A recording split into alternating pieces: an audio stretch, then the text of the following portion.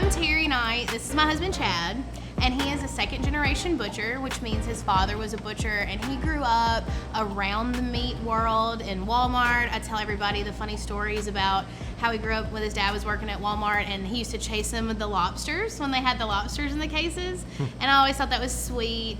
And so when I met Chad, he was the market manager at a local grocery store here, and he's always been in this world and always been interested in it. And we decided one day when we were together, if we got married, all the things, that we would want to open our own business. I grew up, my parents owned their own business in Florence, Mississippi. So it was a concrete business. We sold statues and fountains and benches. So I kind of grew up always thinking I would run my own business one day because that's what my parents did.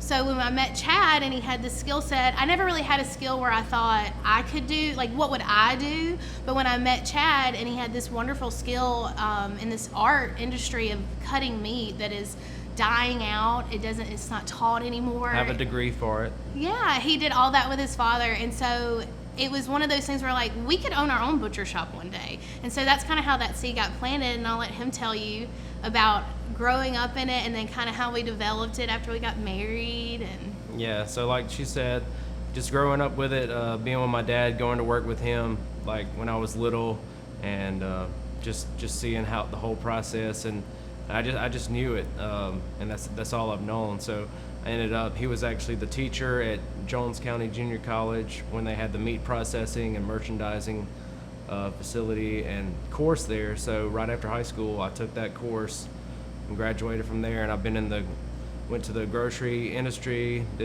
ran meat markets, and then whenever we moved to Seattle, I got to work in some of the butcher shops, which kind of gave us the inspiration and knowing what we wanted to do was this, and that was, providing our community with a really good quality product and coming from farm to table kind of thing.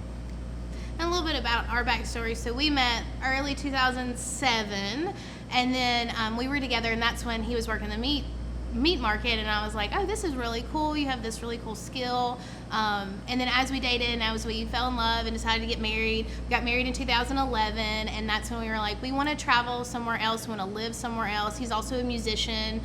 So Seattle, I had family that was up there, so we kind of visited and checked it out, and they had a lot of really cool gourmet butcher shops up there. So it just kind of all worked out. And so we got married in 2011, and then that fall, we got married in the summer, and that fall we moved to Seattle. We lived right outside of Seattle in Kirkland, Washington for almost 4 years. And during that time, Chad, we went up there and he went to those butcher shops and got a job. And it was really cool because up there, they don't really have butchers so much to say. It's more culinary and it's chefs. So he got to learn a lot of that, and I'll let him tell you about that. Yeah, so it was it was kind of like just a lot of chefs starting butcher shops, trying to bring back the old school way, having the meat store, because back then it was like you got the butcher shop, the bread store, the produce market, everything was separated, much like Europe and yeah. Where how it should be. Old world and less convenient but really fun experience. Yeah. So that's what we wanted to do. So when we opened up, that was our business model, giving everybody the quality product and farm to table. And we knew, like, when we were up there in Seattle for almost 4 years, and we were kind of saving, we were trying to figure out what our next steps was. Were we going to stay up there, or did we want to move back, or did we want to move somewhere else? We knew that we wanted to open our own business and open our own butcher shop. So we started developing our business plan. Everybody always asks what's the first steps, and like, save money, number one. Number two, develop a business plan, and that's kind of what we did while we were up there. And then, we missed home. We missed our family. We love Laurel. Once you leave, I really think you kind of appreciate what you grew up with that you may not have appreciated while you were here. And so that's really what kind of called us back. Judy Holyfield was the Main Street director at the time, and she loves to tell people the story of that.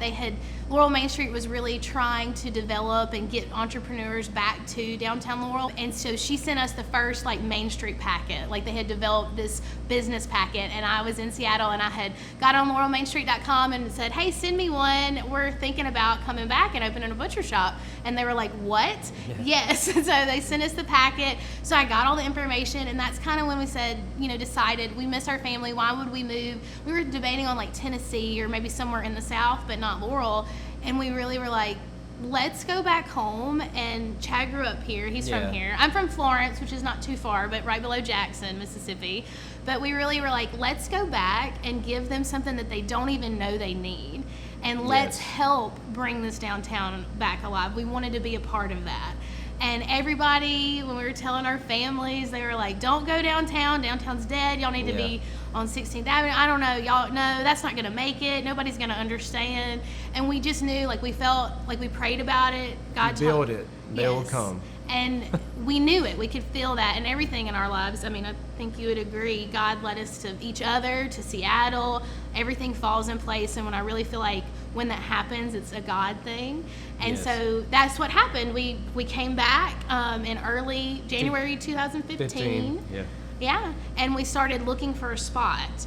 And that's how we ended up here, which was our 520 Central Avenue, which used to be Signature's Coffee House, is what a lot of people remember it as. Yeah, and back in 2001, I played my first gig right here on this patio. Yeah, so there's so much history in this building, and that was just another, like, God, like, there was a restaurant, like a little tiny restaurant in here. So it was, when we first started reaching out to Judy, when I first started talking to her, this building was occupied. So when we came back in January, it was open.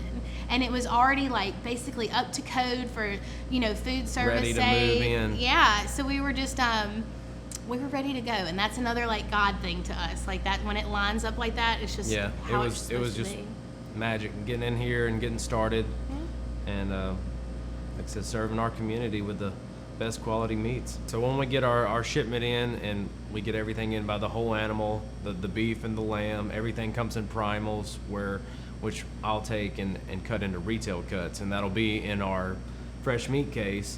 And then after that, we do all the grinding, like all the fresh ground beef, all the trim for sausages, for gourmet burgers, meatloaves, meatballs, you name it.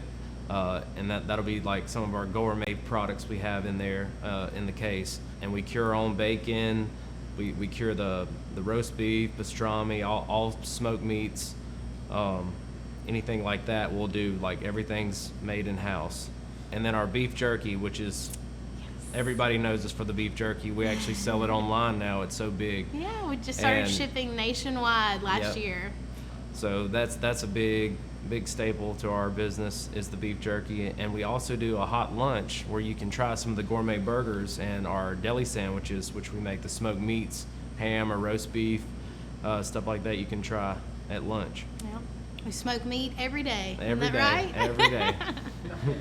Yeah, we've got tons of big dreams. Like I said, we opened in 2015, so we're 9 years in. 10 years is like a big mark for us. So like next year, we've got really fun plans. A lot of surprises. Yes, but our goal. Stay tuned. Yeah, and our goal is to be here for many more years to come and to continuously grow. We're very conscious of like seeing what our community wants and needs, and we want to give them that. So, yeah. Stay tuned. Okay, so definitely, if I had any advice to give for a small business owner opening up in their community, you definitely have to be there for one thing. Consistency is the main key, is keeping everything, start small. You can always start small and always build. A lot of people like to go all in at one time and they lose.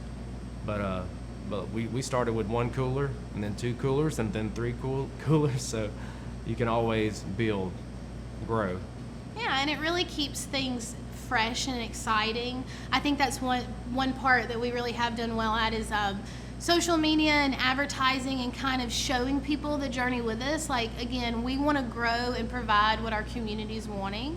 And Chad's done a really good job of that. He's, like I say, he's here every day. Our team, we have staff now that help us, and we've had different ones coming through in and out throughout the years, and it's so fun to see what all of them bring to it, because all of them bring ideas and recommendations, and we want it to be an environment where you can grow and you can get skills and not only are we giving back to the community, but we want to give to our employees, we want to give to our customers, we want to give to our town. I think that's my big advice. So I used to, like I say, when we opened, it was just me and Chad. We quickly grew because Laurel really surprised us with the demand. We didn't think we would grow as quickly as we did, but we did. And butchery is a dying breed too, Yeah. so that you never know And people until you miss have it. it. Yeah, they miss it. They love being able to come and, Chad, you know what I want? Give me my 6 fillets. Yeah. I mean, you don't even have to tell them, and that's that. I remember the regular customers. Yeah. And that's a relationship that means a lot. But my end of it, so he is the Night Butcher. The reason we're named the Night Butcher is our last name. We do have people that ask that all the time. But he is the Night Butcher. That's kind of how we settled on the Night Butcher. We had this whole funny conversation we were trying to figure out. We wanted people to know we were a butcher shop, not a restaurant. Right. We get that a lot. But we also wanted our name in it for his family's history and their lineage. And So we went with the medieval knight with a yeah, meat cleaver. that would be fun too. Yeah. And so that's part of our branding. And my back end of it, that's my end of it. So I'm kind of the behind the scenes girl. I also do our gourmet fudge. That's a really sweet story. It's an homage to his family again. They used to own a business here in Laurel, the popcorn place, for years at the mall. Sawmill Square Mall. Yeah. How many years do we think it was? 30 plus? No, it was 29 years. 29 years. And so his grandmother, they made the gourmet popcorn, but she also made candies in store, and one of those was fudge. And when we lived in Seattle, we traveled a lot, and all the fun towns you go to when you're visiting, they always have like a fun bakery or fudge shop. And so that was kind of, like I say, before we even knew about the TV show, I was like, I want to do the fudge as an homage to your family and to keep their legacy alive. And she taught me how to make the original recipe, and then now we have over 70 flavors that I rotate in and out. And she was blown away. She's since passed now, but like she loved seeing this. They were our biggest supporters. Yeah. And so it's really important for our business to also carry that family aspect with it. But I handle all the back end of everything. And my biggest advice, to get back to your original question, for anyone looking to start a small business, is really to invest in your community, to get involved. The more you give to your community, the more your community is going to give back to you.